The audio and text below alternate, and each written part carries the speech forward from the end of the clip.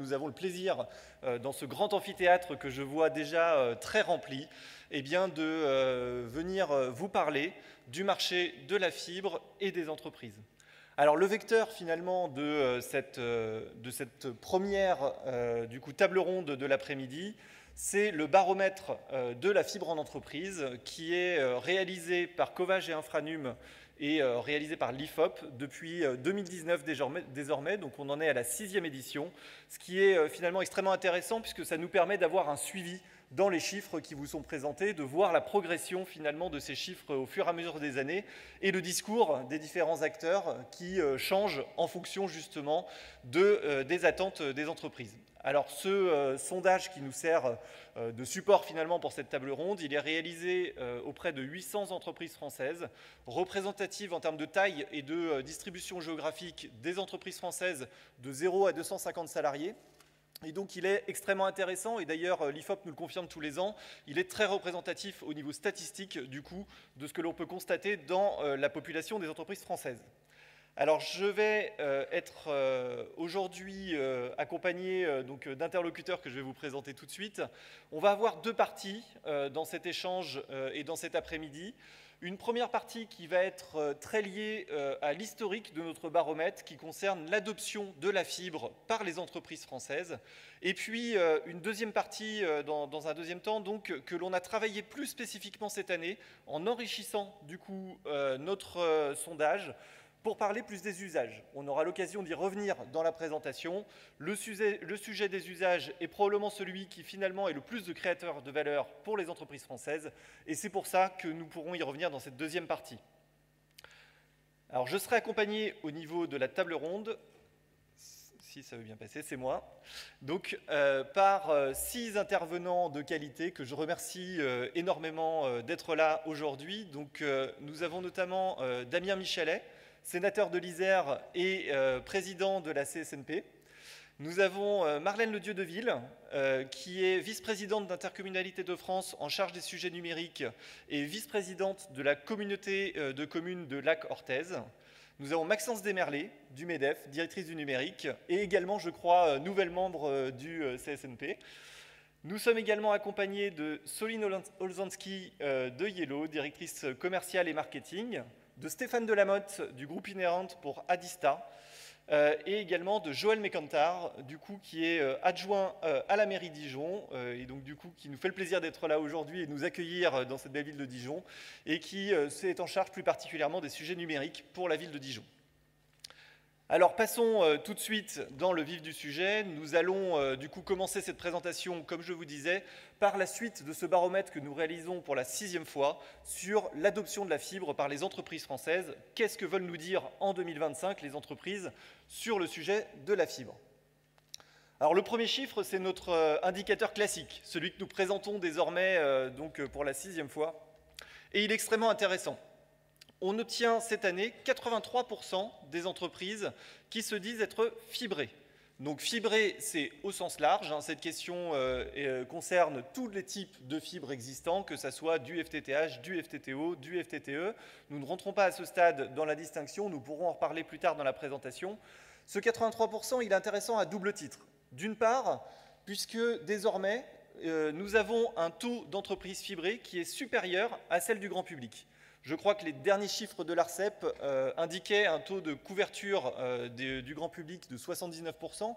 Et c'est justement un des sujets qui nous inquiétait dans les années passées pour ceux qui avaient eu l'occasion de venir à ces présentations. Quand on se reprojette 2 ans en arrière, on était encore assez en retard sur le taux d'adoption de la fibre par les entreprises. Et on voit que cette croissance continue d'avancer. On a quand même plus 8 points par rapport aux chiffres de l'an passé, ce qui montre finalement une dynamique toujours soutenue de raccordement des entreprises à la fibre. Alors, bien entendu, on va rentrer un petit peu plus dans le détail, on va chercher à aller un petit peu plus loin dans les chiffres, et le premier niveau supplémentaire qui nous a intéressés, c'est de regarder 2 choses. Est-ce que cette valeur est la même selon les différents types de territoires en France, et est-ce qu'elle est la même en fonction des différentes tailles d'entreprises? Alors sur les territoires, il y a vraiment une avancée très très significative en cette année 2025 et qui est même extrêmement marquante d'un point de vue psychologique. Puisque du coup, le taux d'adoption de la fibre dans les territoires ruraux a désormais rattrapé celui des grandes villes françaises. Alors la périphérie parisienne est encore un petit peu en avance, mais en revanche, de la même façon, on voyait les territoires ruraux en retard dans les années passées. Par contre, on voit désormais depuis 3 ans, avec la complétude des réseaux FTTH notamment, le taux d'adoption de la fibre dans les territoires ruraux qui augmente très très fortement. Et donc ce sujet peut nous poser quelques questions. Déjà, la première, c'est eh bien, où va se situer l'asymptote. On espère finalement voir ce taux tendre vers les 100%, mais nous allons en reparler tout à l'heure. Tout n'est pas gagné, il y a encore beaucoup de travail de conviction à faire. Et puis surtout, on peut se poser la question aussi de pourquoi est-ce que cette croissance n'est plus aussi soutenue dans les grandes villes françaises, puisque, bien entendu, la fibre est largement disponible, mais peut-être que toutes les entreprises n'ont pas encore pleinement conscience des usages qu'elles peuvent mener au travers de l'accès à la fibre. Et puis, il reste peut-être également, on aura l'occasion d'en reparler dans la table ronde, des difficultés à surmonter, y compris dans les grandes agglomérations. Sur la répartition par taille d'entreprise, pour le coup, nous sommes sur des chiffres plutôt classiques. Les grandes entreprises sont plus fibrées que les petites, mais de la même façon, la tendance à noter, c'est que les TPE ont vraiment pris le parti de la fibre et le virage de la fibre, puisqu'elles sont désormais 81% des entreprises de 1 à 5 salariés à être fibrées. Alors, le sujet de la fibre, il est aussi extrêmement intéressant. On est avec Infranum forcément extrêmement sensible à la dynamique du marché, à la dynamique des acteurs, à ce que chaque acteur trouve sa place et apporte ses solutions finalement aux différentes entreprises françaises. Et on a un mouvement extrêmement fort cette année sur le nombre d'entreprises qui envisagent de faire jouer la concurrence et de changer d'opérateur lors du passage à la fibre. Il est vrai finalement qu'avec la transition technologique, le redéploiement d'une infrastructure, c'est l'occasion de se poser la question de son opérateur et de savoir comment est-ce qu'on veut être accompagné. Depuis quelques années, nous avions à peu près entre 41 et 43% des entreprises qui envisageaient de faire jouer la concurrence lors du passage à la fibre. C'est plus 10 points cette année en 2025. Nous sommes à 53% d'entreprises qui nous disent vouloir faire jouer la concurrence. Ça nous donne aussi un message sur le fait que les dernières entreprises qui ne sont pas passées à la fibre ne sont peut-être pas totalement satisfaites de leur opérateur et de l'accompagnement qui va derrière. En revanche, et ça c'est un point à noter, une fois que la fibre a été déployée dans une entreprise, elles ne sont que 7% à vouloir envisager la remise en concurrence. Et donc c'est extrêmement important de voir que l'écosystème, les acteurs publics, l'ARCEP, se mobilisent en ce moment, dans ces prochaines années, ces prochains mois, pour favoriser la remise en concurrence, car c'est maintenant que se joue la remise en concurrence du marché des télécoms d'entreprise. En revanche, il y a toujours des entreprises qui n'ont pas basculé.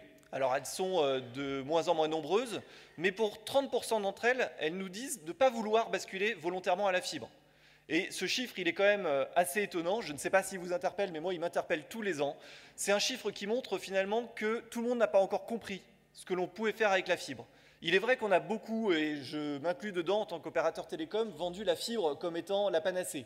En réalité, la fibre n'est qu'un support et n'est qu'un vecteur pour les usages. On aura l'occasion d'en reparler dans la deuxième partie de la table ronde. Et quand on entend 30% des entreprises non fibrées qui nous disent ne pas identifier, ne pas vouloir basculer volontairement, ça nous pose des questions. Et surtout, cette année, ce qui est extrêmement marquant, c'est que la moitié de ces entreprises, en fait, nous indiquent qu'elles n'ont pas de besoin identifié, qu'elles n'ont pas compris à quoi servait la fibre. Et ça, c'est une vraie question, parce que si elles n'ont pas compris à quoi servait la fibre, c'est qu'elles n'ont pas compris à quoi servaient les usages digitaux, ce qu'elles vont pouvoir en faire, et comment est-ce qu'elles peuvent en faire bénéficier l'attractivité de leur entreprise. Le deuxième sujet qui apparaît, comme à peu près tous les ans, c'est le sujet de l'éligibilité. 16% de ces entreprises nous disent qu'elles n'ont pas encore identifié d'éligibilité fibre à leur adresse. Je crois qu'on pourra en reparler dans la table ronde. Il y a des vrais sujets sur l'éligibilité qui ne sont pas que liés au déploiement et à la disponibilité des infras, mais aussi à savoir comment est-ce qu'on est éligible et comment est-ce que finalement on a une adresse qui correspond dans un référentiel à celle qui va être réellement l'adresse de l'entreprise pour pouvoir commander une fibre. Ensuite, on va parler qualité de la fibre, qualité des réseaux, qualité des infrastructures. Il y a un chiffre qui m'a marqué, c'est la deuxième fois qu'on pose cette question, et pour le coup, il est très similaire à celui de l'an dernier. 82% des entreprises nous indiquent avoir un impact direct en cas de coupure de leur accès télécom. Alors on pourrait se dire, c'est normal, mais ça ne va pas de soi. Ça veut dire qu'aujourd'hui, une entreprise qui perd son accès télécom, elle a un impact en termes de chiffre d'affaires, en termes de productivité, et donc toute heure de coupure a un impact direct sur son activité. Et ça, c'est un point qui est extrêmement important, et on va regarder comment est-ce que les entreprises, justement, cherchent à répondre à cet enjeu, à répondre au sujet de la disponibilité du service, et pas seulement celui de la qualité et la performance de l'accès. Et donc, on a posé des questions sur quel type d'offre vous choisissez, quel type d'offre vous demandez à votre opérateur. Ce qui est intéressant, c'est de voir que la très grande majorité, 79% des entreprises, nous disent vouloir souscrire une offre dédiée aux entreprises. Et on voit que le sujet qui croît le plus, c'est celui d'une offre de fibre pour les entreprises. Que ce soit du FTTH Pro, que ce soit de la fibre dédiée, du FTTO, tout ça, on va y revenir juste après.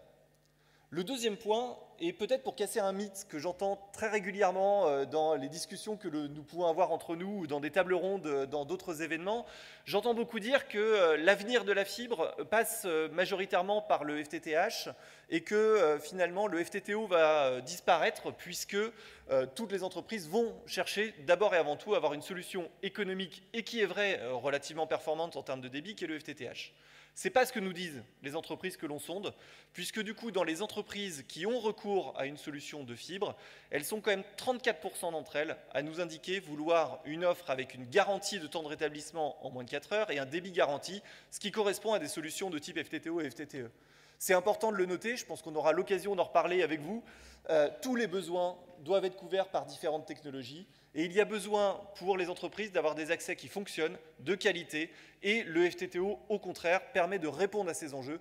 Et donc 34% des entreprises qui nous répondent avoir envie de FTTO, si on le ramène au panel global, c'est 26% des entreprises.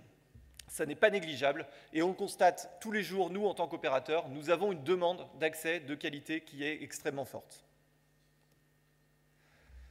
Le deuxième sujet pour se protéger finalement de ces sujets de coupure, c'est le sujet de la gestion des backups, des accès de secours, de la multiplicité des accès. Aujourd'hui, la GTR, la garantie de temps de rétablissement, n'est plus suffisante. Ça a été la panacée des télécoms pendant des années, ça a été le marqueur essentiel de différenciation entre les offres entreprises et les offres grand public. Aujourd'hui, ce n'est plus suffisant, puisqu'on l'a vu, 82% des entreprises nous indiquent subir directement un impact en cas de coupure de l'accès fibre. Eh bien, ces entreprises aujourd'hui cherchent à mettre en place des solutions de secours. Pour 8% d'entre elles, cela passe par le fait de mettre 2 accès fibres, voire plus dans certains cas, sur le site de son entreprise pour s'assurer qu'en cas de coupure d'un des accès, le deuxième puisse prendre le relais. Le deuxième sujet qui revient très fort, c'est le sujet de la sécurisation par des accès de type 4G, 5G ou satellite, puisqu'elles sont 22% des entreprises à nous dire solliciter leur opérateur pour mettre en place un accès de secours via une solution hertzienne qui est un peu plus économique que le fait d'avoir 2 accès fibres, mais qui permet quand même de garantir un niveau de fonctionnement minimum en cas de coupure de l'accès nominal. Alors, l'autre sujet, c'est est-ce que les entreprises sont bien informées? Est-ce qu'elles sont bien accompagnées sur ces sujets de la compréhension des offres? Vous l'avez vu, ce n'est pas forcément évident de se retrouver dans la jungle du jargon des télécoms, dans la manière dont sont pensées les offres, dont elles sont conçues par les opérateurs.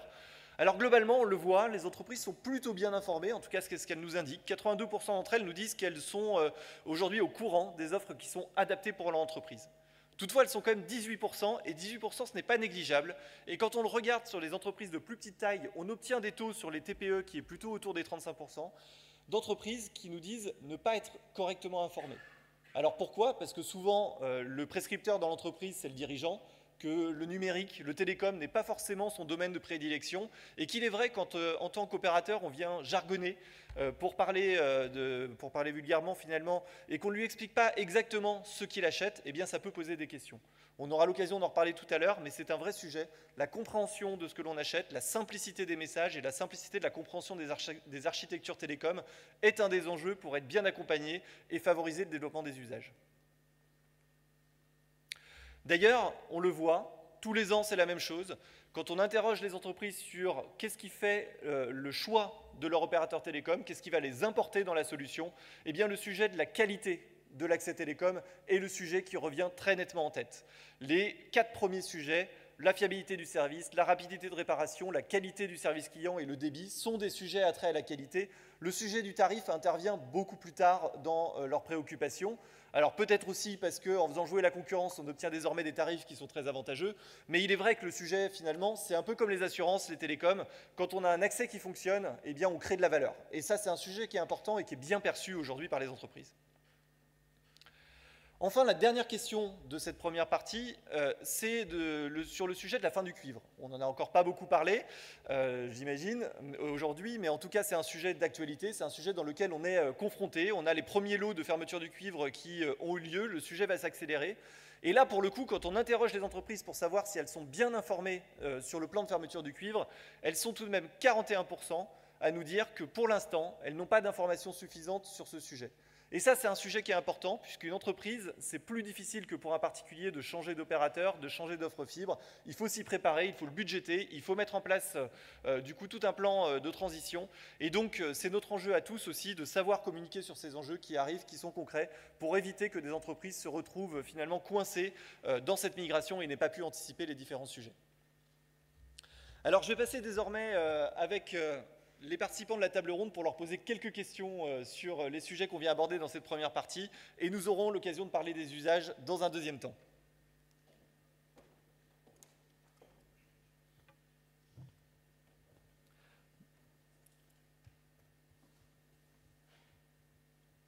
Bonjour à tous, merci d'être là aujourd'hui.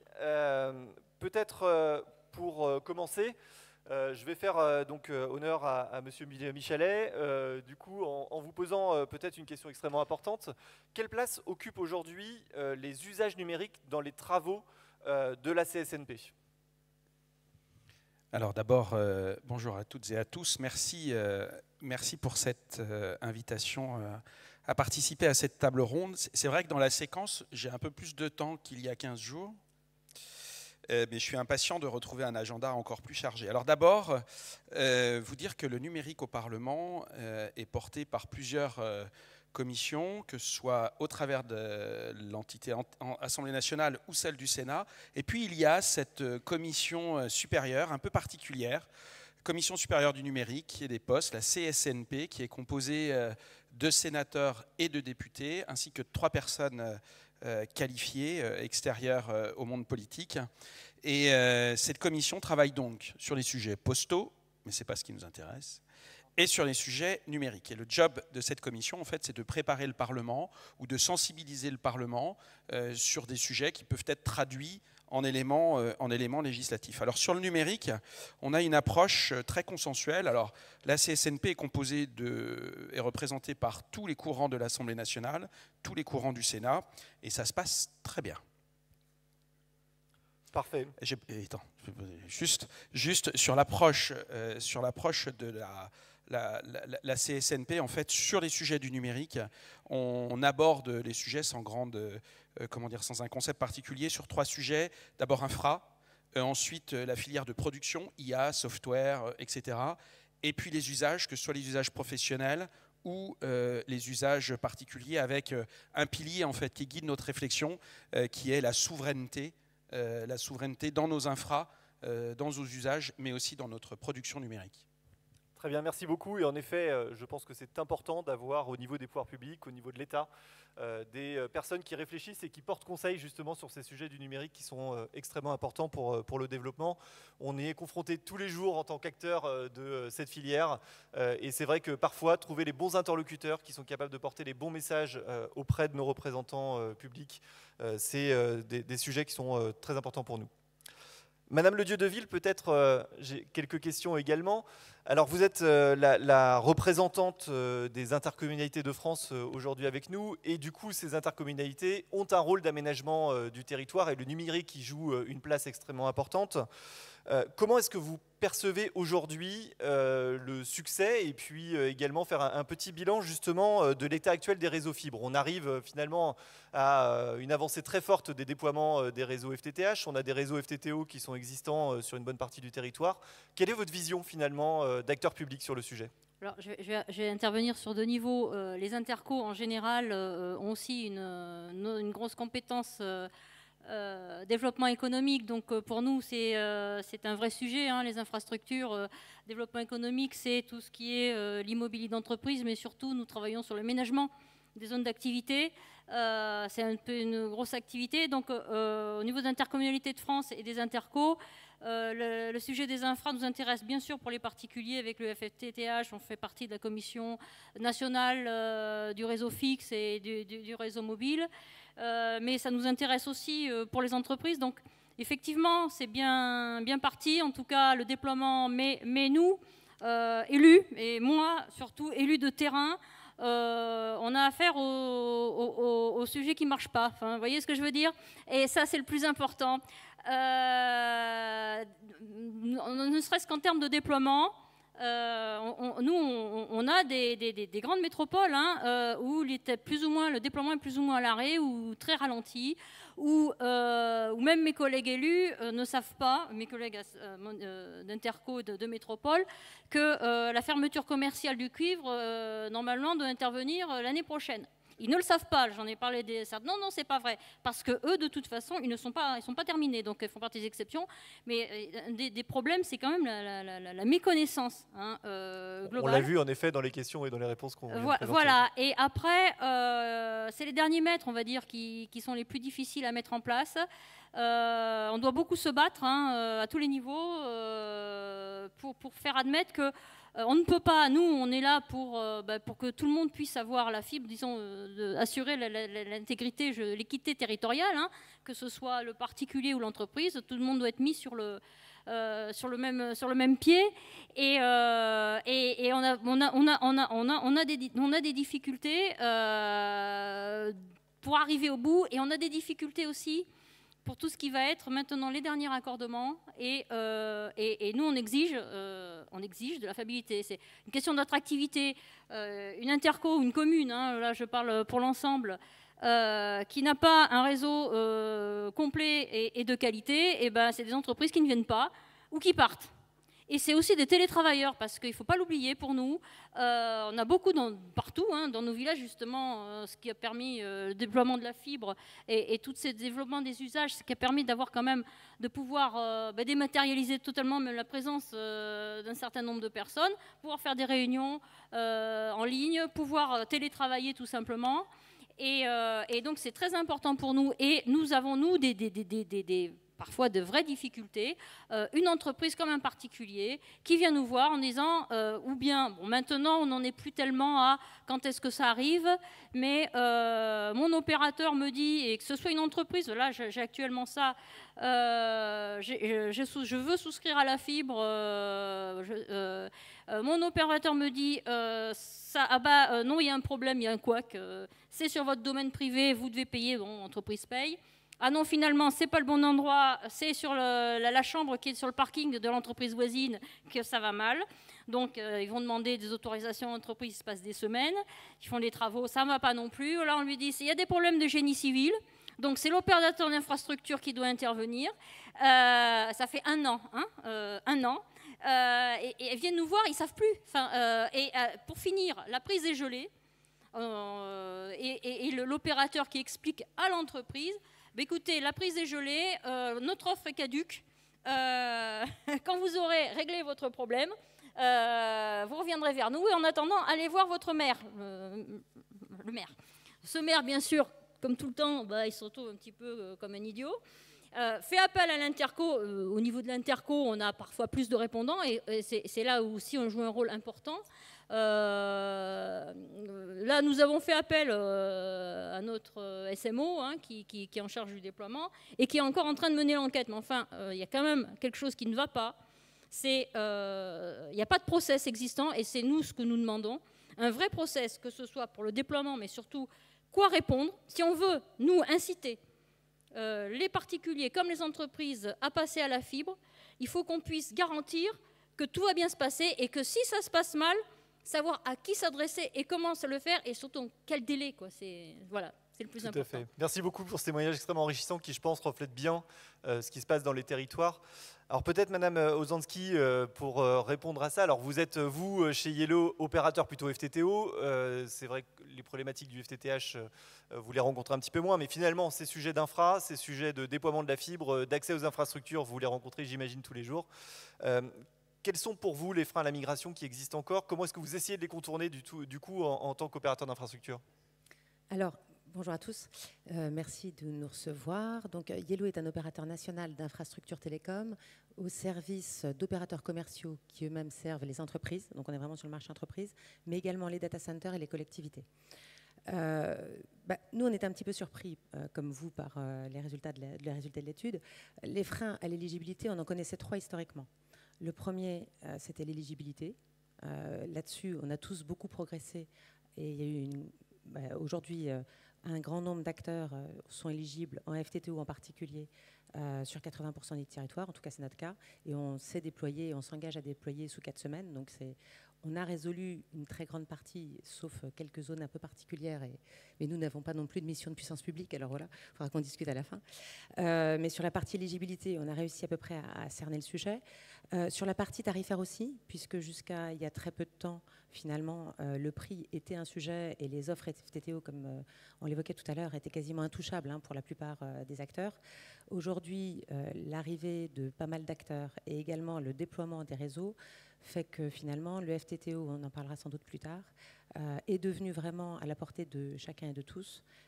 Et ça, c'est un point qui est important parce que le prix n'est plus un obstacle. Le troisième sujet qui était historique, c'était la lisibilité des offres. Vous en avez parlé tout à l'heure, on pourra en reparler aussi, parce qu'on est encore avec une forme un peu d'écran de fumée. Et ça, c'est vraiment un frein très important, je pense, à ce que les gens soient rassurés parce qu'ils ne savent pas bien où ils vont. Après, on a tous quand même été surpris par la planche qui était montrée sur les personnes qui n'ont pas migré. Qui sont les 43% qui traînent encore, on ne sait pas où, on ne sait pas pourquoi. On n'a pas exactement leur profil, ce serait intéressant qu'on creuse un peu pour savoir si c'est plutôt des ruraux ou des secteurs particuliers. Ce serait un point important. Moi, en tout cas, de notre expérience, on a rencontré plusieurs types de choses. Ce que je crois de cette expérience et des passés, c'est que d'une part, la migration est toujours un moment de stress pour les acteurs. Ils ont toujours peur d'avoir des frais et des coûts indirects non pris en compte. Pour une petite structure, qui a pas mal de ce qu'on appelle le legacy, donc d'historiques divers et variés. Le fait d'avoir un ascenseur, une porte, un machin, un truc, un bidule qui n'est pas compatible, ça va leur faire changer finalement une partie de leur récit. Et donc finalement, d'un projet de juste intervertir un cuivre, un lien cuivre par un lien fibre, on passe à autre chose. Donc ça, c'est un premier point d'explication qui peut être important. Il y a un deuxième point qui est plus côté des opérateurs de services. Donc là, c'est plutôt dans l'Assemblée, je veux dire, qui est lié au fait que d'une part, ce sont des projets de longue haleine qui sont très lourds de migrer de la fibre. Il y a beaucoup de choses à faire, il y a beaucoup de travail et de suivi à réaliser pour migrer tout le monde des parcs entiers du cuivre vers la fibre. Et c'est un travail très peu rémunérateur. Et non seulement il est très peu rémunérateur, mais en plus, les opérateurs de services, pour être très honnête, craignent tous un énorme churn, c'est-à-dire une perte de valeur qui est liée au fait qu'un grand nombre de liens ne sont plus utilisés dans la réalité, ou qu'en tout cas leurs clients se rendent compte qu'il y a une difficulté là-dessus, et donc eux-mêmes craignent ce point-là. Troisième point, une forme d'instabilité aussi politique, sans vouloir, et économique globale, qui fait qu'on a vu un ralentissement des gros projets chez nous, mathématiquement, enfin sur la courbe, je peux vous dire à quel moment ça s'est arrêté, à quel moment ça reprend. Et ça aussi, ça a eu un impact sans doute, pas total, mais ça a pu jouer sur le ralentissement. Que peut-on faire collectivement là-dessus ? C'est un point qui est problématique parce que d'une part, comme vous le disiez, on va se retrouver tous face à la falaise et face au mur. Ça, c'est un premier point. Le deuxième point, collectivement, en termes de filière et finalement de concitoyens, on sait bien que si les entreprises n'ont pas la fibre, elles n'auront pas accès aux usages. Si elles n'ont pas accès aux usages, elles n'auront pas accès à la vague du numérique, à la vague de l'IA. Et finalement, c'est un frein qu'elles n'arrivent pas à passer, quoi. Donc, en tant que filière, il y a plusieurs choses. La première, c'est la lisibilité des dates de migration. Il faut vraiment que les choses soient connues. La seconde, c'est qu'entre nous, et on en reparlera, il y a vraiment une lisibilité sur les offres et sur ce qui est accessible et quel est le niveau de résilience qu'il faut avoir. Il faut voir que les gens sont quand même nerveux à changer, à bouger, au changement. Et finalement, ils se retrouvent d'un opérateur unique qui est Orange, qui a toujours tout géré, de l'infrastructure au service, qu'ils pouvaient appeler, ce que vous disiez tout à l'heure, à une solution où finalement, demain, ils vont se retrouver avec une chaîne de personnes non connues qu'ils ne pourront pas appeler, dont on leur a dit pique-pendre un peu partout depuis des années. Et donc, du coup, ça aussi, ça génère. Donc, il faut savoir à quelle date ça migre. Il faut pouvoir apporter des offres qui soient lisibles. Ce qu'est du FTTO, ce qu'est du FTTH, pourquoi on choisit l'un, pourquoi on choisit l'autre, ce qu'apporte ou ce qu'apporte pas le backup 4G, parce que c'est pas non plus... il y a du satellite aussi, si on veut, c'est très précieux dans certaines zones, mais ça répond pas à tous les besoins si vous voulez faire de l'IA derrière, quoi. Enfin, voilà. Et dernier point, je pense qu'il y a un accompagnement à avoir. Nous, on met en place des accompagnements, et c'est des points qu'on peut faire en filière, et nous qu'on fait côté Yellow, vis-à-vis de nos partenaires, c'est vraiment de mettre en place des cellules projets pour accompagner les opérateurs et les entreprises pas à pas, prendre en charge finalement cette gestion au quotidien, parce que si on s'y met pas tous, eh ben, on ne migrera pas. Merci. Merci beaucoup. En effet, on a un vrai rôle de filière à jouer tous ensemble. On doit travailler ensemble. On est parfois clients, fournisseurs, concurrents. En réalité, on a un enjeu commun, hein, c'est celui de la transformation digitale des entreprises. Et je pense que plus on arrivera à se parler, à se coordonner, à simplifier nos messages, meilleure sera de toute façon la qualité du service qui sera rendu. Monsieur Mécantar, peut-être je me tourne vers vous. Vous êtes un témoin de ces grandes agglomérations de provinces finalement qui sont citées dans le baromètre et qui sont celles sur lesquelles on voit qu'elles sont petit à petit rattrapées par les territoires ruraux en termes de pénétration de la fibre. De votre vision, avec votre expérience sur la ville de Dijon, est-ce que les entreprises vous semblent bien servies en termes d'infrastructures numériques ?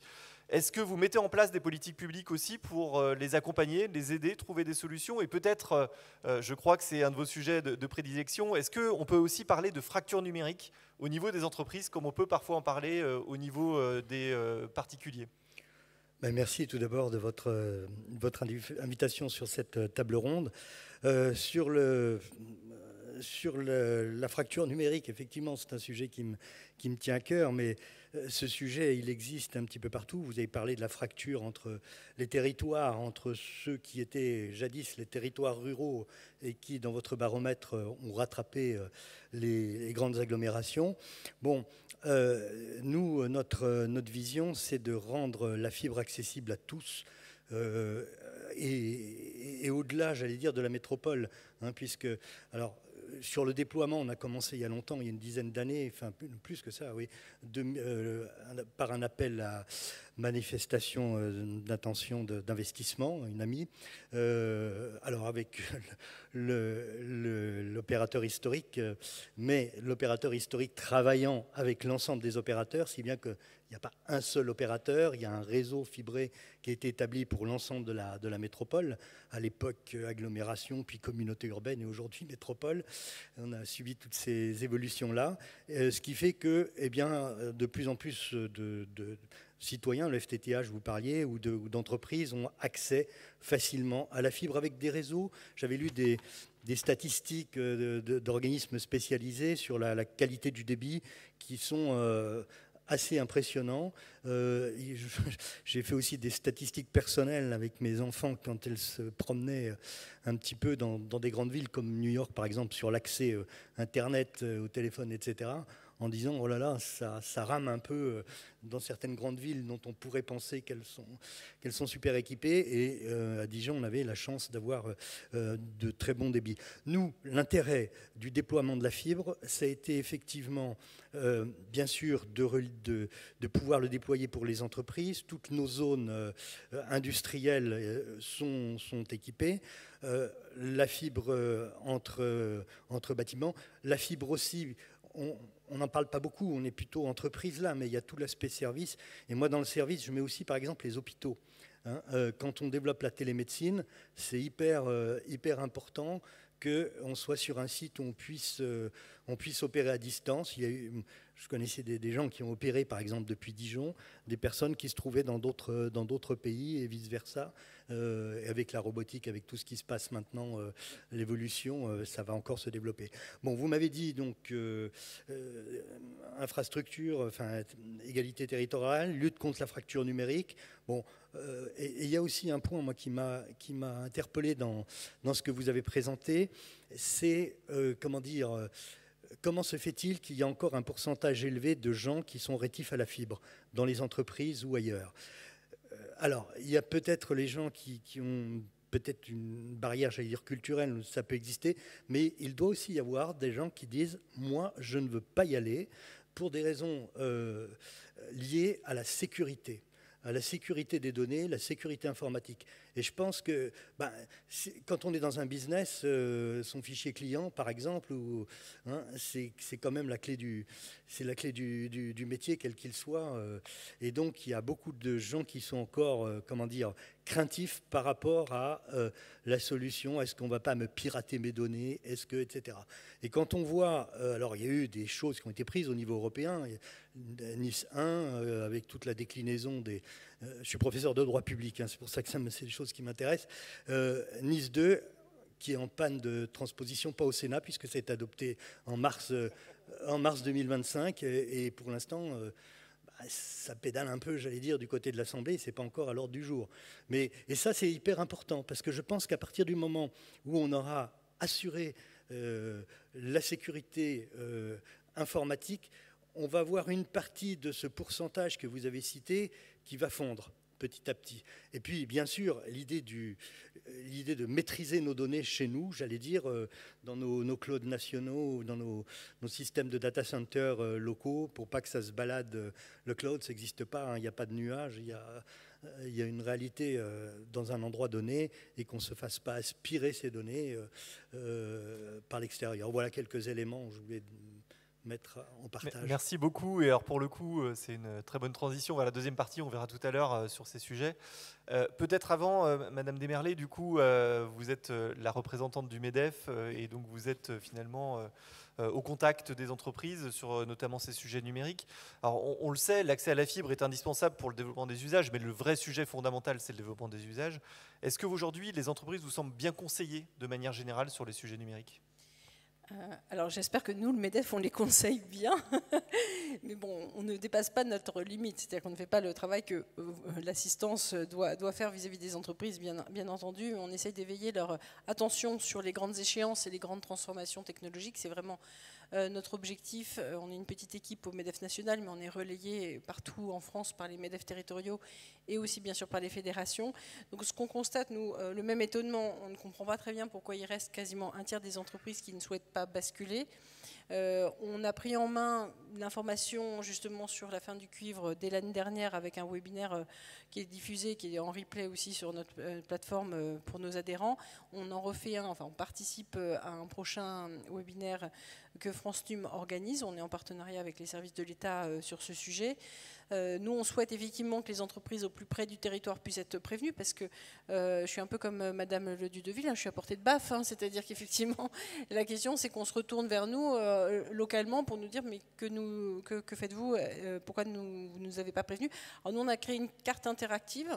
Du coup, parce qu'on a cette problématique dans un département, ou en tout cas dans un périmètre MEDEF, toutes les communes ne basculent pas en même temps. Et paradoxalement, moi je trouve que ça crée un peu de perturbation, qu'il n'y ait pas une unité d'action de temps et de lieu. C'est-à-dire que peut-être que toute la France ne peut pas basculer, c'est certain, et effectivement, il faut que la fibre soit déployée. Mais c'est un petit peu dommage que ça ne soit pas sur des zones géographiques un peu plus importantes, puisque nous, par exemple, au MEDEF, c'est justement pour aider nos adhérents qu'on a fait cette carte interactive. Or, une entreprise, elle peut très bien être déployée sur plusieurs communes partout en France. Et donc, moi, j'avais expliqué à l'époque, effectivement, à nos interlocuteurs que c'était compliqué. Effectivement, c'était très bien de rentrer le nom de la commune dans l'outil qui était en ligne. Mais néanmoins, quand une entreprise a des établissements partout en France, ce qui va l'intéresser, c'est finalement où ça commence et est-ce qu'elle ne peut pas avoir un projet un peu global pour l'ensemble de ces établissements, même si tous ne basculent pas en même temps. Parce que finalement, c'est ce que vous disiez, il y a un coût à la migration, donc c'est un projet global et on ne va pas commencer à faire de la dentelle en s'occupant d'un établissement dans un coin, je ne sais pas, dans l'Allier, et puis on fera après la Normandie, et pour finir par le Pays Basque. Donc il y a un moment donné, je pense que pour une entreprise, il faut qu'il y ait un sujet, donc un projet. Et ça, je trouve que du coup, c'est pas forcément bien, c'est pas tellement facilité pour les entreprises de ce point de vue-là. Après, nous, on va en parler juste après, mais on insiste beaucoup sur les usages. On a fait l'année dernière, j'ai reviens d'un tour de France de l'IA, avec énormément d'entreprises qui ont montré des exemples très, très positifs. J'en reparlerai, et ça peut inspirer d'autres entreprises. Donc je pense qu'on peut continuer à progresser sur l'information. Nous, on va y contribuer, mais on a besoin d'être un petit peu aidé pour ça. Merci beaucoup. Alors pour finir, Monsieur Delamotte, du coup, vous êtes le représentant d'Adista, donc opérateur spécialiste du marché entreprise. Est-ce que le choix de la fibre se pose encore dans les projets télécoms que vous menez finalement avec vos clients, et quels sont les freins à proposer de la fibre partout ? Bonjour Denis, merci de m'avoir invité. Donc effectivement, Adista est un opérateur de services. On utilise les opérateurs d'infrastructure pour fournir nos services. Alors, beaucoup de mes confrères conférenciers ont dit déjà beaucoup de choses très intéressantes, donc je vais essayer de compléter sur quelques sujets. Alors, le cuivre, déjà, effectivement, la fibre, c'est vraiment la norme, il n'y a plus de sujet là-dessus. Et si jamais d'aventure, il y avait des clients qui étaient intéressés par le cuivre, on va tout faire pour les dissuader d'y aller. Et preuve à l'appui, c'est que je leur explique que l'opérateur historique a eu, sur l'année dernière, 3 augmentations successives de tarifs, 15%, 20%, 30%. Et donc, on arrive à des tarifs dissuasifs du cuivre par rapport à la fibre. Donc ça, c'est déjà un premier élément. Et là où ils nous demandent du conseil, ça va être plutôt sur la typologie de fibre. Est-ce qu'on part sur du FTTO, du FTTE, du FTTH? Donc ce sont des variantes de fibres avec des avantages et des inconvénients pour chacune. Mais ce sujet sera abordé après. Non, l'enjeu, il est plutôt sur la bonne connectivité et la continuité de service. Et alors à ce titre, alors, le baromètre parle de la fibre, mais quelle est la demande finalement des entreprises sur les solutions de type RDN ou satellite? Est-ce que c'est aujourd'hui un sujet qui devient important pour assurer cette continuité de service? Alors, ça reste assez marginal. Néanmoins, on a une catégorie de clients qui sont intéressés par ce type de service. Ce sont les pompiers, notamment, qui ont besoin, dans le cas d'intervention, font des bulles tactiques et ils interviennent sur des feux. Et à ce moment-là, le satellite a tout son intérêt, puisque souvent, en plus, c'est des zones assez inaccessibles et donc la 4G n'est pas forcément tout à fait pertinente. Donc le satellite est une bonne réponse. Et puis, ça a quand même un certain coût, le satellite. Hein, c'est plus cher que de la 4G. Donc, ce n'est pas forcément la solution de backup la plus utilisée. On est plus en backup sur du FTTH ou de la 4G. Et donc, en fait, la bonne connectivité pour nous, en tant qu'opérateur de service, on va plutôt conseiller nos clients d'aller vers du FTTO, qui est une fibre opérateur, avec une GTR, on en a parlé tout à l'heure. Et nous, ce qui nous intéresse dans les territoires, c'est d'avoir plusieurs opérateurs d'infrastructure pour donner le choix aux clients. Et donc ça m'amène au point de la continuité de service. Comme vous l'avez dit tout à l'heure, maintenant on est tellement dépendant de l'Internet, du cloud, enfin de la data en général, que plus de connectivité, une entreprise s'arrête. Et donc la double, voire la triple possibilité d'avoir des opérateurs, c'est très très important pour nous. Voilà. Merci beaucoup. Alors on va peut-être passer désormais à la deuxième partie de cette table ronde et de ce baromètre. Le temps de changer de pupitre, puisque du coup on s'est beaucoup intéressé à l'infra dans cette première partie. La réalité, on le voit, c'est que l'infra désormais est globalement plutôt disponible. Les entreprises petit à petit arrivent à migrer vers la fibre. Et en revanche, on va le voir dans les éléments complémentaires du baromètre, la question se pose sur l'adoption des usages, puisque la réalité, c'est que ce qui fait la puissance finalement économique, le développement économique des entreprises va passer par le développement des usages numériques. Alors on parle beaucoup de l'IA, on en reparlera tout à l'heure bien entendu. Vous allez voir qu'il y a quelques éléments à ce sujet dans la présentation de ce baromètre. Alors, premier sujet, et qui va montrer le décalage avec finalement le sujet de l'adoption de la fibre. On a interrogé les entreprises pour savoir quel était le poids des dépenses IT et télécom dans leurs investissements, dans leurs dépenses au quotidien, et on l'a fait en pourcentage du chiffre d'affaires. Moi, j'avoue avoir été extrêmement surpris par les chiffres, puisqu'on voit que 79% des entreprises dépensent moins de 2% de leur chiffre d'affaires dans les sujets IT et télécom. Alors bien entendu, ça peut varier selon la taille de l'entreprise. C'est encore plus vrai pour les petites entreprises et il est vrai que pour les entreprises globalement de plus de 100 salariés, on a un poids un peu plus important, ce qui est forcément rendu possible par la taille des budgets. Toutefois, ce chiffre, je le mets en perspective d'une étude européenne qui a montré que la moyenne européenne de dépenses est de 3,7% du chiffre d'affaires dans les sujets IT Télécom. Et pour moi, c'est révélateur finalement de l'importance du développement des usages. La fibre arrive, la fibre est là, elle est même dans les entreprises, et pourtant, les usages, parfois, mettent encore du temps à arriver et à se développer. Alors, on va chercher à comprendre, finalement, quels sont les usages qui se développent et comment est-ce qu'ils se mettent en place. Et pour le coup, on a interrogé les entreprises sur les usages déjà en place, ceux qu'ils utilisent aujourd'hui. Et là, il y a des évolutions très fortes d'une année sur l'autre. Cette question, on la pose désormais depuis 5 ans. Depuis très longtemps, le sujet des usages relativement classiques, des transferts de fichiers volumineux, de la visioconférence, des communications unifiées, sont des choses qui apparaissent comme étant de plus en plus développées dans les entreprises françaises. Le vrai sujet numéro 1 aujourd'hui qui est apparu, qui était 3e l'an dernier et 5e il y a 2 ans, c'est le sujet de la cybersécurité. Alors on a commencé à en parler un petit peu avec M. Mécantard du coup sur l'importance de la cybersécurité, de la sécurité des données. C'est le sujet numéro 1 aujourd'hui en termes de préoccupation dans les entreprises et vous allez voir dans les questions suivantes que ça transparaît également dans les projets futurs.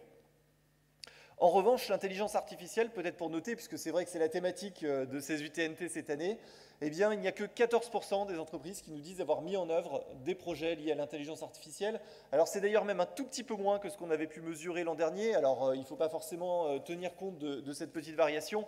À la limite, ce qui m'intéresse plus, c'est de voir qu'il n'y a pas vraiment de croissance sur ces sujets par rapport à ce que nous avions pu mesurer l'an dernier.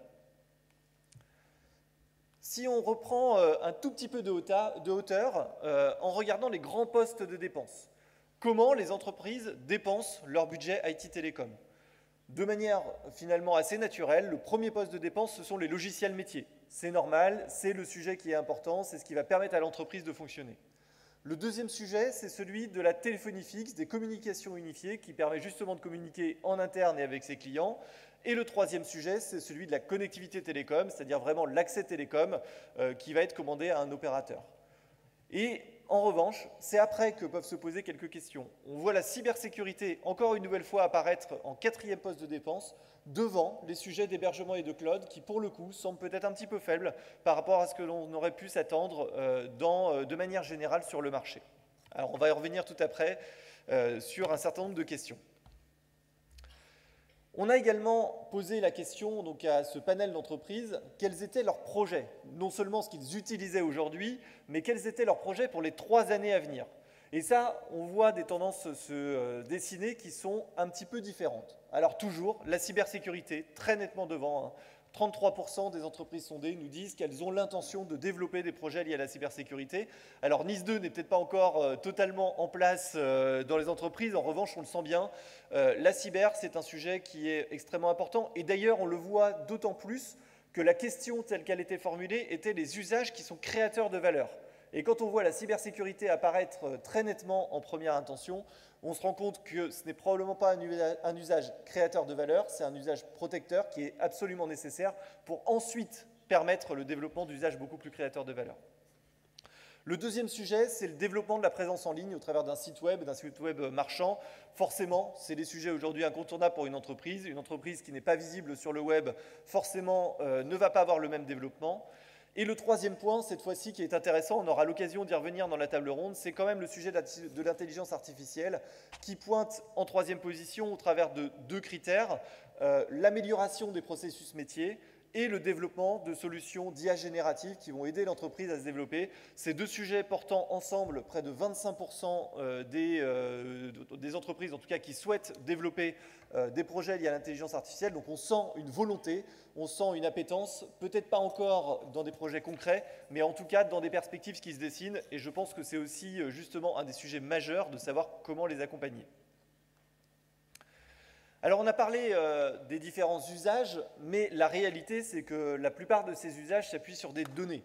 Et d'ailleurs, que ce soit l'intelligence artificielle, les logiciels métiers, tout ça, ça s'appuie sur des données. Et le premier sujet, c'est de savoir où sont hébergées ces données. J'ai été, moi, personnellement, très surpris de la réponse à la question qui est sur, la partie de gauche du tableau. 63% des entreprises nous disent aujourd'hui stocker leurs données sur un serveur interne à l'entreprise, sur le site de l'entreprise. Alors on parle souvent dans l'écosystème de cloud, de data center, de cloud privé, d'hyperscaler, etc. La réalité, alors attention, c'est bien en nombre d'entreprises et pas forcément en taille des projets, puisque généralement les grandes entreprises sont celles qui ont déjà basculé vers des solutions de cloud avec des budgets beaucoup plus importants que celui des petites entreprises. Mais en nombre d'entreprises, on le voit, le sujet de l'accès aux données, de la protection des données, il est encore finalement intéressant de voir qu'il y a des questions à se poser.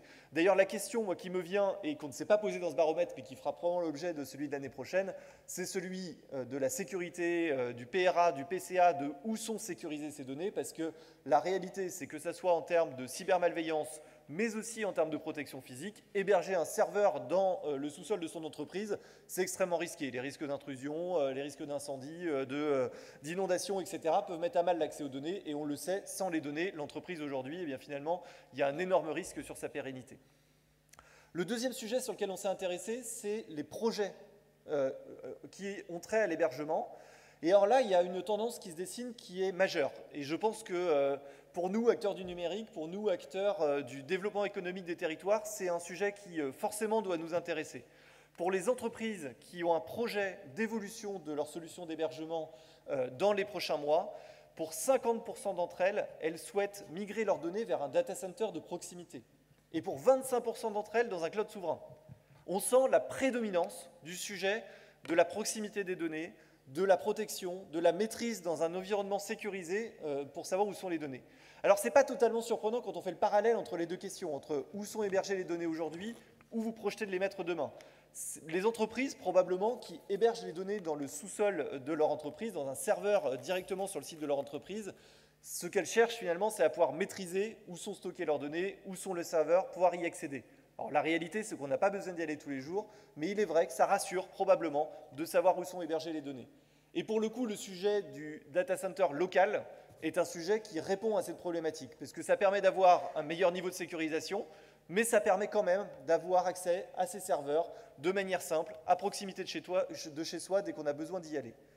Pour le coup, nous qui sommes aménageurs des territoires avec des réseaux de fibres, forcément, ça nous pose aussi des questions sur comment est-ce qu'on doit corréler ces projets de data centers locaux avec la présence des réseaux fibres, comment ces data centers vont être interconnectés finalement aux réseaux fibres existants et s'assurer qu'on ait bien une cohérence de développement entre les réseaux fibres et les projets de data centers qui sont portés d'ailleurs, et on aura l'occasion d'y revenir souvent, par les collectivités elles-mêmes qui cherchent justement à sécuriser l'accès aux données au travers de data centers avec une maîtrise régionale, une maîtrise départementale, voire extrêmement locale.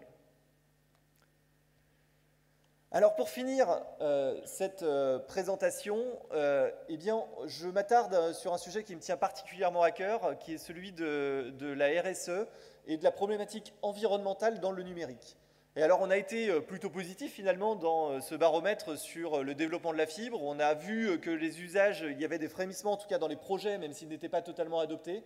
En revanche, le sujet de l'impact du numérique dans les politiques environnementales est un sujet qui régresse, puisque de manière assez surprenante, cette question, ça fait la deuxième fois qu'on la pose, on l'avait déjà posée en 2024, on voit globalement que les sujets de RSE dans les choix numériques sont des sujets qui ont moins trait dans les entreprises en 2025. On a moins 6 points sur la question, est-ce que c'est une priorité majeure pour vous que d'adresser le sujet de la RSE sur l'environnement numérique? Tout ça se reporte sur le « ce n'est pas une priorité », donc on a plutôt des entreprises qui aujourd'hui sont plutôt frileuses à entamer des projets RSE.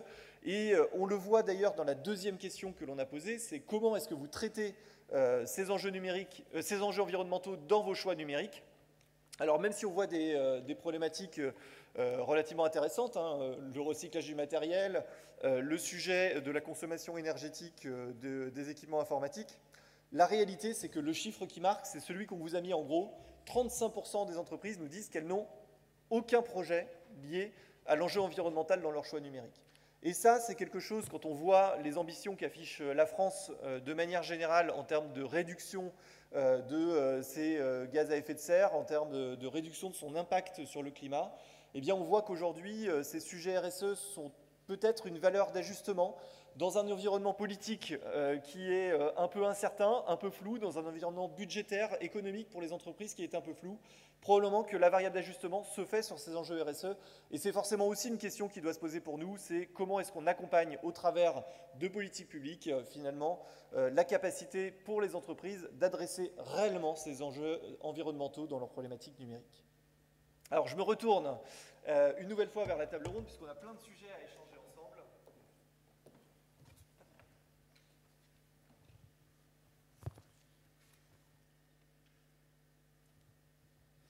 Alors, Monsieur Mécantar, je vais commencer par vous, sur la ville de Dijon. Alors, cette fois-ci, je ne vais pas vous poser la question de comment est-ce que vous contribuez à l'aménagement numérique pour les entreprises du territoire, mais plutôt je vais poser la question de l'élu qui a une collectivité qui elle-même a des enjeux numériques pour elle-même ou pour les usagers finalement des services publics. À quels enjeux vous devez faire face aujourd'hui dans les choix numériques de la ville de Dijon finalement et dans le développement des usages pour la ville de Dijon ?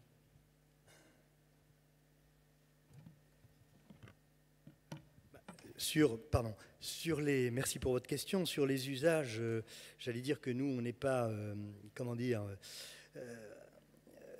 on a des politiques qui font appel au numérique et qui permettent effectivement, qui nécessitent d'avoir un déploiement de la fibre avec le meilleur débit possible, etc. Mais par exemple, il y a les territoires à énergie positive, il y a eu des présentations au niveau de l'exposition. Qu'on a fait avec l'Union européenne. Bon, il y a de grandes politiques comme ça. Hein. Alors là, pour le coup, le RSE est plutôt intéressant. Non, nous, ce qui vraiment est important, c'est si on s'assimilait à une entreprise, nous, on est obligé, par exemple, d'avoir des clouds souverains. On est obligé de mettre nos données, je ne sais pas, toutes les institutions publiques, j'allais dire, hein, quand on est dans de la comptabilité publique, etc., on doit pouvoir avoir la maîtrise de nos données, notamment les données financières et comptables. Et on voit bien que dans les préoccupations qui sont celles qui ont été exprimées, j'en parlais tout à l'heure sur la cybersécurité, quand vous arrivez dans une commune un jour, c'est arrivé même dans des hôpitaux, enfin je pense aussi aux communes, il y en a eu dans la région, et puis que le jour J, c'est écran noir, il faut se remettre à travailler, comment on va faire, etc. etc. Donc ça, pour le coup, ça nous parle directement, ce qu'il y a dans le baromètre, sur la question des clouds, même locaux, enfin c'est pas des clouds, du coup, c'est des data centers locaux, ça c'est des questions prioritaires. Alors ça, on le fait comment ? Il y a des choses qu'on fait de nous-mêmes, il y a d'autres institutions publiques qui le font, auxquelles on aide. Par exemple, l'Université de Bourgogne a un data center important, c'est utile par exemple pour les données de la recherche, des laboratoires de recherche. Hein. Il y a des travaux d'échange qui se font avec la région. Je veux dire qu'il y a une espèce de synergie qui peut se mettre en place entre les opérateurs publics pour la question du service public. Et je pense que justement cette question du service public, compte tenu des contraintes, parce que les citoyens, ils ont le droit de nous demander, et ils le font, où va l'argent. Et donc, nous, on doit être en mesure de leur répondre. On ne peut pas leur dire « Ah ben oui, mais on nous a piqué nos données » ou je ne sais quoi, et donc on ne peut plus répondre à vos problèmes. Donc ça, c'est un point clé. Hein. Pour l'aspect RSE, oui, effectivement, c'est une préoccupation qui a baissé dans ce que vous indiquez. Mais les gens répondent souvent, alors là je ne parle pas en tant qu'élu, plus en tant que citoyen, les gens répondent, commencez déjà à demander aux bateaux qui sillonnent les porte-containers, qui sillonnent le monde et qui ont une part de responsabilité mais énorme par rapport je ne sais plus combien c'était, de millions de voitures pour une seule journée d'un seul bateau, enfin d'un seul porte-container. Bon, voilà, donc c'est une mauvaise réponse. C'est pas une bonne réponse, mais c'est une réponse quand même. On n'est pas les premiers, et malheureusement, il ne faudrait pas que ce soit une réflexion qui se généralise et qui aboutisse à ce qu'on gagne plus de degrés que prévu. Voilà, alors... Merci beaucoup. Oui, il y a plein d'autres choses à dire, mais je crois qu'il y a plein de monde pour oui, dire. Je suis désolé, on a aussi quelques contraintes de temps, mais en tout cas, merci pour ce que vous avez partagé. Je vais peut-être me tourner vers vous, Monsieur Delamotte, peut-être en tant qu'acteur aujourd'hui, donc opérateur. Vous êtes à la fois acteur sur la connectivité, mais vous avez également un grand pan de votre activité qui concerne les usages de manière relativement large. On le voit, la cybersécurité est le premier point et centre d'attention des entreprises dans l'ensemble des questions qu'on a pu poser dans cette édition 2025. Quelle est votre vision finalement des usages qui sont aujourd'hui demandés par les entreprises ? Est-ce que c'est les entreprises qui vous demandent ? Est-ce que vous êtes prescripteur auprès d'elles et conseiller du développement des usages ? Alors effectivement, la cybersécurité, c'est au cœur des préoccupations. C'est vraiment une priorité absolue, comme vous l'avez mentionné, d'ailleurs l'enquête le montre bien. Je fais juste un petit aparté, c'est la santé est très en avance maintenant par rapport au reste des entreprises. Ils ont tellement été attaqués qu'ils ont vraiment franchi un cap par rapport aux entreprises en France. Alors, en fait, il y a une maturité des entreprises et sur la partie cloud, c'est-à-dire que ce côté, j'ai besoin d'avoir les serveurs chez moi, ça rassure, c'est par habitude, voilà. Et puis aussi, parfois, c'est par prudence, c'est-à-dire que le fait d'entamer une migration, ça veut dire qu'il y a de la confiance qui doit s'installer, soit avec le partenaire qui va vous aider à migrer, soit dans les infrastructures vers lesquelles vous allez déposer vos données. Et comme on le disait tout à l'heure, les données, si on a pour une mairie, c'est impossible. Voilà, on ne peut plus travailler. Donc ça aussi, il y a cette forme de prudence. Il y a et on le voit aussi dans votre enquête, il y a une réflexion aussi à mi-chemin vers le cloud, c'est-à-dire le data center de proximité. C'est effectivement un local où on va pouvoir héberger les données, pas trop loin de chez soi, mais aussi en optimisant ses propres coûts. C'est-à-dire avoir un data center et salle informatique, déjà ça coûte cher, ce n'est pas forcément aux normes en termes de redondance électrique, de climatisation, alors qu'un data center de proximité, vous avez toute cette infrastructure qui est prête pour ça. Et j'aurais deux tendances de fond à vous dire sur la partie évolution vers le cloud, c'est l'hybridation et le SaaS. Alors l'hybridation, c'est le fait d'avoir à la fois un serveur encore en interne, mais aussi de profiter de la flexibilité du cloud. Donc ça, c'est vraiment une tendance lourde. Et le SaaS aussi, qui s'applique aussi bien pour les petites que pour les grandes entreprises, mais surtout pour les petites. C'est une solution clé en main, donc le SaaS, Software as a Service. Vous avez le logiciel métier, vous avez l'hébergement, vous avez la sécurité, vous avez ce qu'on appelle le maintien en condition opérationnelle, voire même parfois le plan de continuité d'activité, tout inclus. Et donc ça, c'est très rassurant. Alors effectivement, on en revient au sujet de départ, il faut une bonne connectivité pour avoir accès à tout ça. Mais donc à ce moment-là, on conseille, nous les entreprises, à avoir au moins 2 fibres pour garantir cet accès-là. Mais en tout cas, c'est une tendance, le SaaS, c'est vraiment une lame de fond. Après, il y a des sujets plus connexes, mais qui sont importants, c'est la sauvegarde externalisée et le plan de reprise d'activité, notamment pour des départements. Si j'ai le temps, j'en reparlerai. Mais il y a plein de choses qui se passent à ce niveau-là. Merci beaucoup, c'est extrêmement intéressant et ça rejoint, je pense, cette réflexion, ce que l'on a pu évoquer tout à l'heure sur la simplicité et la lisibilité des offres. C'est vrai que du coup, concevoir des offres différentes entre les grandes entreprises et les petites entreprises, c'est certainement aussi une des clés de la réussite. Madame Desmerlet, du coup, avec le MEDEF, vous avez réalisé un tour de France de l'IA et vous avez rencontré, j'imagine, beaucoup d'entreprises. Quelle est votre vision finalement à la suite de ce Tour de France de la maturité numérique, alors des entreprises, mais de l'écosystème de manière générale, des pouvoirs publics, pour être en mesure d'accompagner finalement le développement de ces nouveaux usages?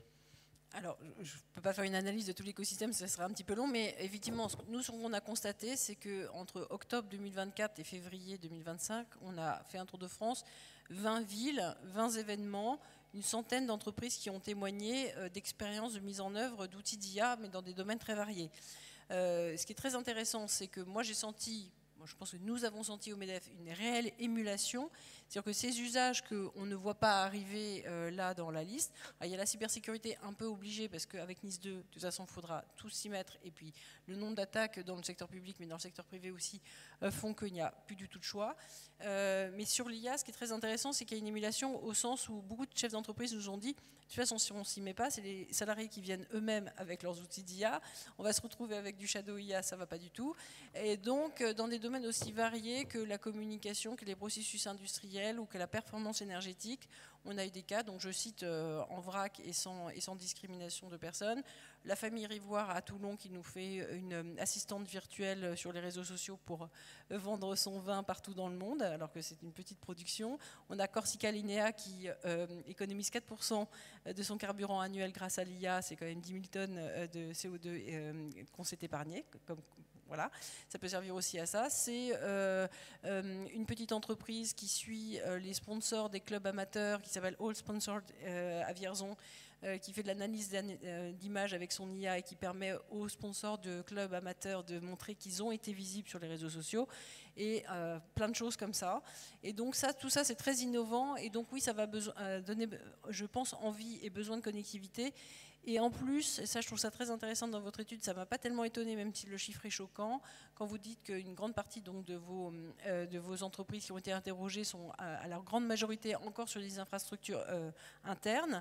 Moi je ne suis pas tellement étonnée, parce que le chiffre que j'ai souvent en tête, c'est 70% des données dans le cloud sont chez les hyperscalers, mais il y a 70% des données qui ne sont pas dans le cloud. Donc ça recoupe complètement ce chiffre-là. Ça veut dire aussi que pour vous tous, il y a un boulevard, enfin je l'espère en tout cas, pour dire aux entreprises pourquoi c'est intéressant de migrer vers un système au moins hybride et de passer sur certains usages, en tout cas dans le cloud, et à ce moment-là de le faire effectivement en toute conscience, en choisissant un interlocuteur qui offre des garanties de sécurité et de souveraineté qui pour les opérateurs publics sont sans discussion, et pour les opérateurs privés, je pense que ça a un véritable intérêt à être regardé.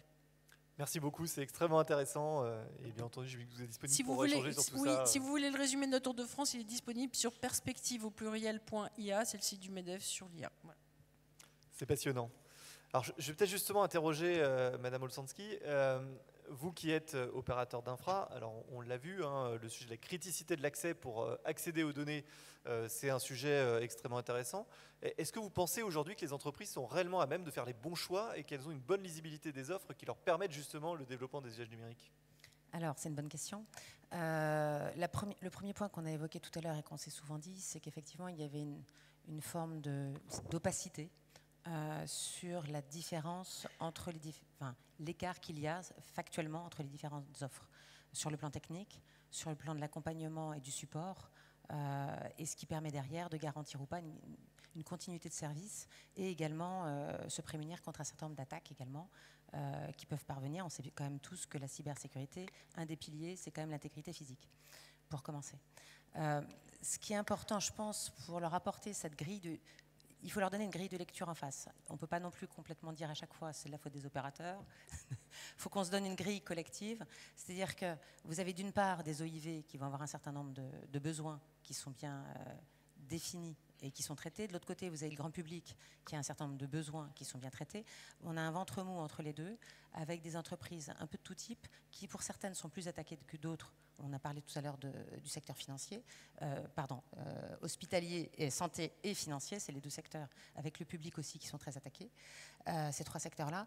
Je pense que ce qui est important, nous ce qu'on aime bien, c'est reprendre la grille de NIS 2 et de DORA. Je mets un peu les pieds dans le plat, mais je pense que ça c'est très aidant. Quand on fait un screening complet finalement de qui va se faire attaquer où, et de à la fois l'architecture technique et puis les moyens qui sont réellement mis en place, et quand je dis réellement, c'est réellement, pour le support et pour les opérations, ça permet d'une certaine façon de remettre les choses au carré et de se dire voilà, on a une offre FTTH qui a été construite pour le grand public, que les entreprises peuvent utiliser, pas de problème. Pour autant, elles savent que c'est une offre grand public qui a été construite avec des points de fragilité, parce qu'il n'y a pas motif au niveau français d'avoir une organisation OIV pour le grand public, pas de débat.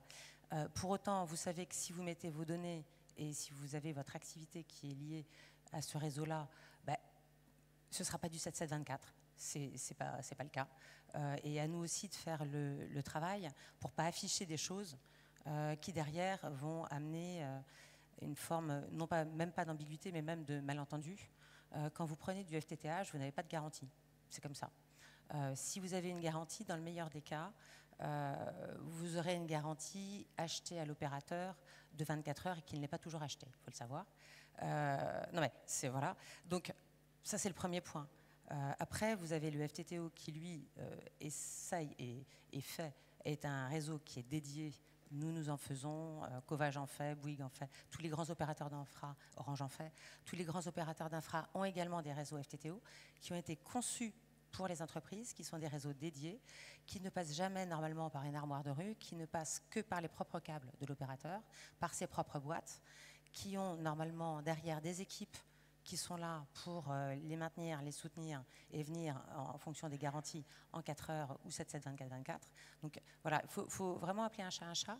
Et au-delà de ça, vous avez maintenant également qui émergent des réseaux de fibres noires qui sont opérés directement par les entreprises ou par leurs opérateurs en fonction de leur taille et de leurs compétences, et par les collectivités publiques également.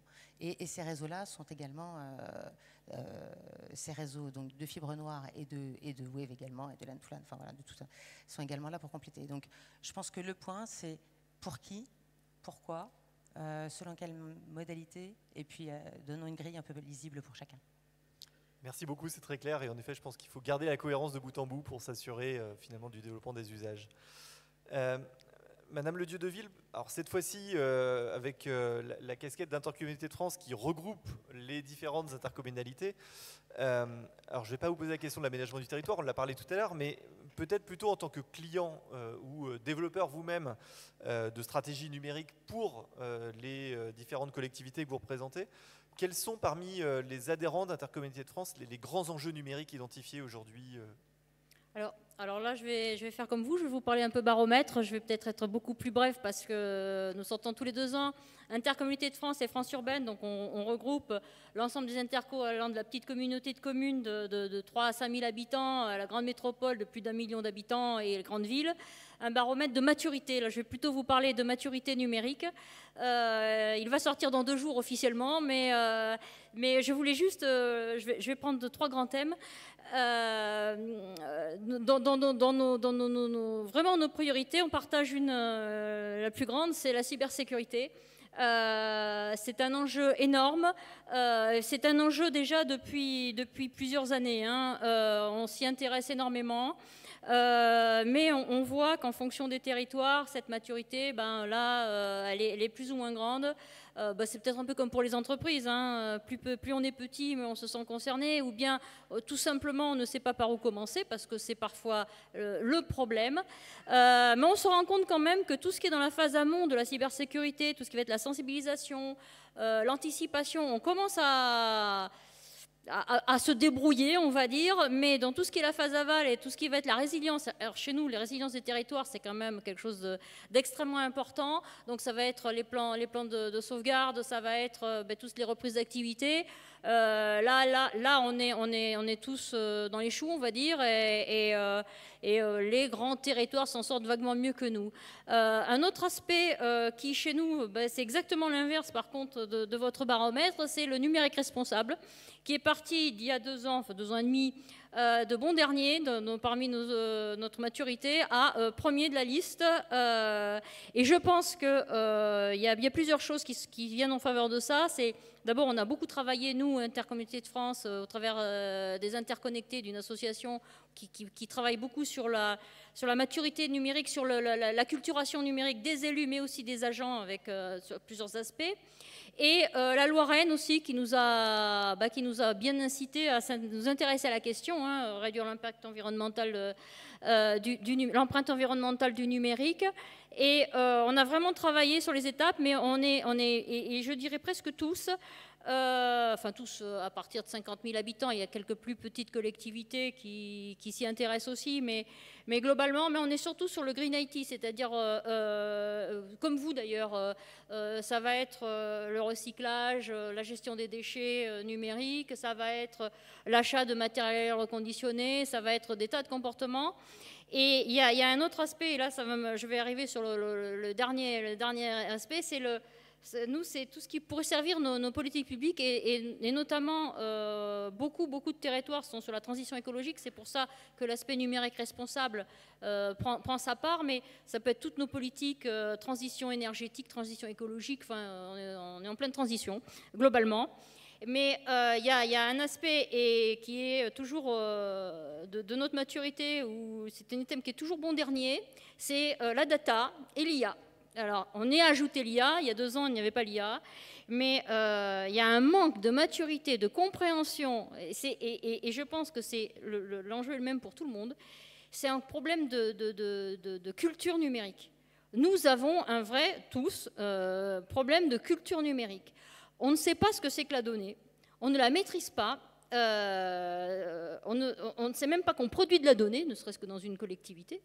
Pourtant, on a un service habitat, urbanisme, enfin, on fait pas mal de choses. Donc, il y a des données qui peuvent, de l'habitat qui peuvent servir à tout ce qui va être la rénovation énergétique. Ou, voilà, enfin, et ça, c'est un vrai gros problème parce que si on ne maîtrise pas notre donnée, si on ne met pas en place, et ça, c'est pour les entreprises pareil, et c'est peut-être là où, pour ça que l'IA n'avance pas, si on n'a pas maîtrisé notre donnée, si on n'a pas mis en place une gouvernance de la donnée, on ne mettra pas correctement en place des outils IA.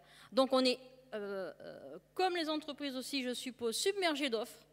On ne sait pas quoi en faire. Enfin, alors on a en fait, les collectivités, il y a les élus surtout, il y a deux écoles, hein, ceux qui veulent surtout pas en entendre parler, et puis ceux qui font 7BC n'importe comment. Donc c'est un danger des deux côtés, c'est très important. Et nous, si on veut vraiment, et justement l'apport de la fibre, l'apport de tout ça, c'est on veut devenir territoire connecté et durable, donc ça va très bien ensemble. Donc il va falloir vraiment avancer sur cet aspect numérique responsable, sur cet aspect data IA, gouvernance. Et je trouve ça important. Alors je voulais juste faire un petit aparté qui s'adresse aux législateurs, puisqu'on parle de data center. Avec le projet de loi sur la simplification de la vie économique, on a affaire à une injonction contradictoire, c'est qu'on veut bien développer tout, accueillir des data centers et tout, mais nous on est soumis au zéro artificialisation nette. Donc Intercommunalité de France souhaiterait que quand il y a des projets de gros data centers sur des territoires, ils deviennent projets d'envergure nationale pour être sortis de notre sobriété foncière, parce qu'on ne peut pas d'un côté accueillir des data centers et accueillir des entreprises, on est obligé de faire un choix, enfin, à un moment donné, et comme on nous obligera d'une certaine manière à accueillir des data centers, donc voilà, je le redis aux législateurs. Merci beaucoup, c'est extrêmement intéressant. Alors du coup, en effet, Monsieur Michelet, il me reste à vous poser la dernière question de cette table ronde. On a beaucoup entendu parler d'initiatives au niveau des collectivités, d'initiatives au niveau des entreprises, mais quelles sont les actions aujourd'hui du CSNP et du Sénat plus largement pour justement coordonner ces politiques publiques pour le développement des usages numériques? Alors, merci. Ça va être long.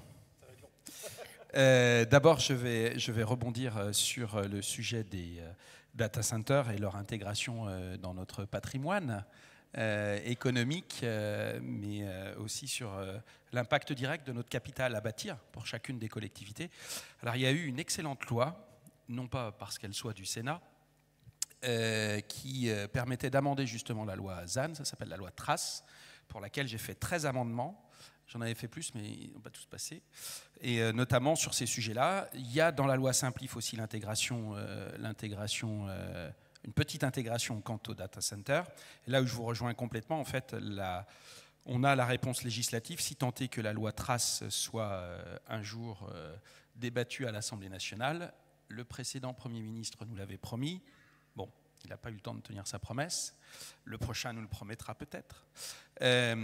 Qui permettait de régler ces sujets d'artificialisation en marquant en fait ce grand mouvement des data centers comme étant des PNE, des projets d'envergure nationale et européenne.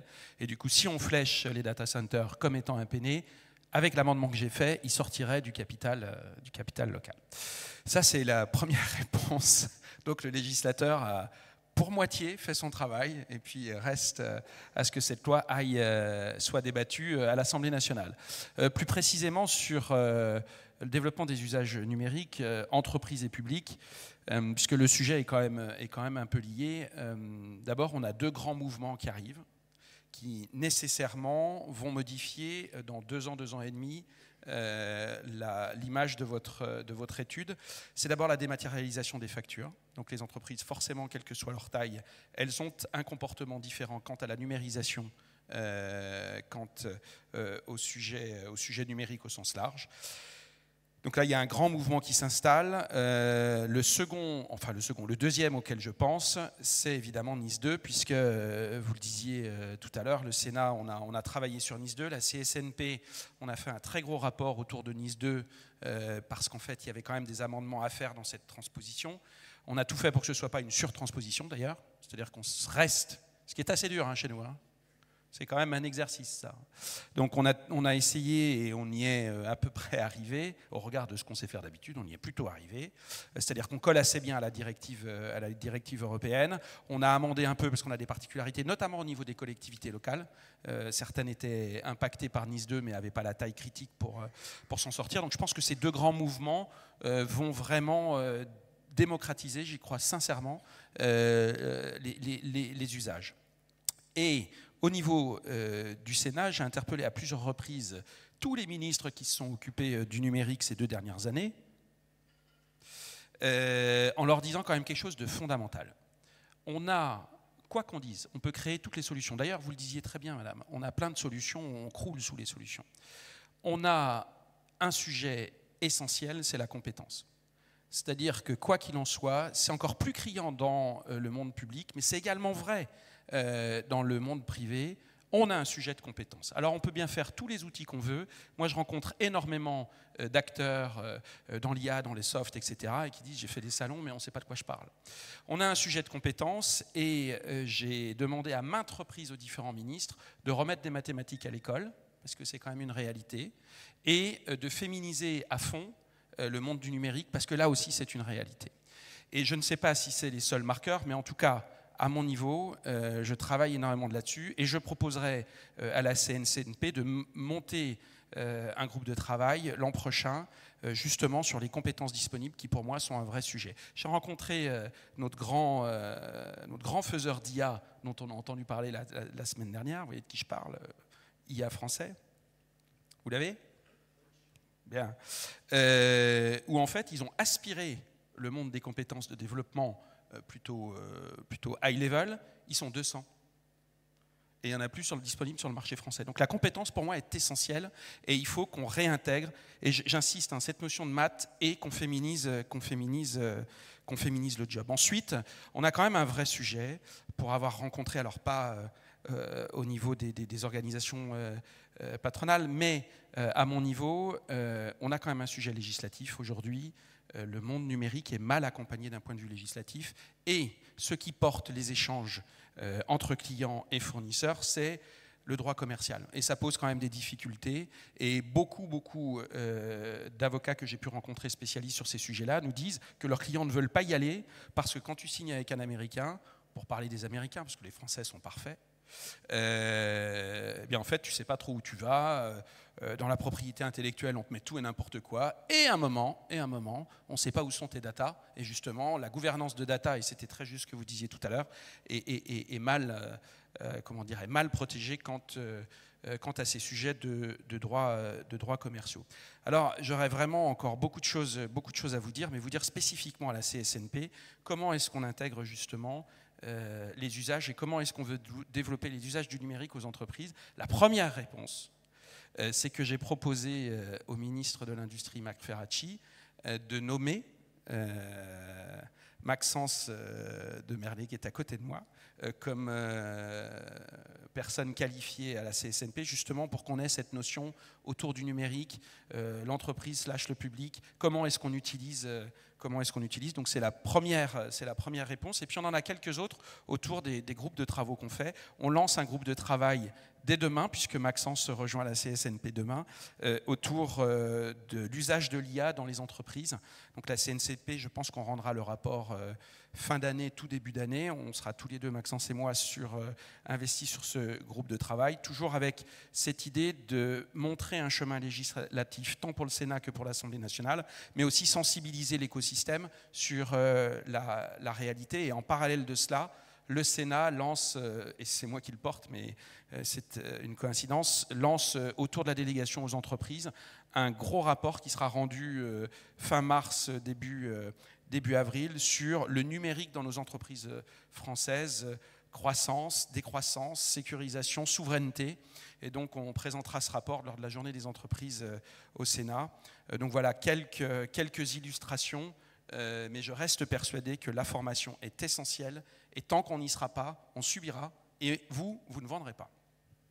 Et je voulais terminer, pardonnez-moi, mais c'est promis, j'arrête. Comme on dit toujours au Sénat, le numérique, c'est politique. Merci beaucoup pour ce message. Je pense qu'en effet, on l'a vu au travers des différents échanges, il y a une vraie coordination des acteurs au niveau local, entre le monde privé, le monde public, les acteurs nationaux. Moi, ce que j'entends finalement, c'est qu'il y a encore d'énormes perspectives sur ces sujets, que notre baromètre aura certainement des chiffres qui vont évoluer. On l'espère, on aura l'occasion de vous les présenter dans les années qui suivent. En tout cas, je vous remercie toutes et toutes d'avoir participé à cette table ronde. J'espère que cela vous a intéressé. Et on est bien entendu tous disponibles dans les allées du salon si vous avez des questions à poser ou si vous souhaitez échanger sur les différents sujets abordés cet après-midi. Merci à tous, merci à toutes et merci à vous.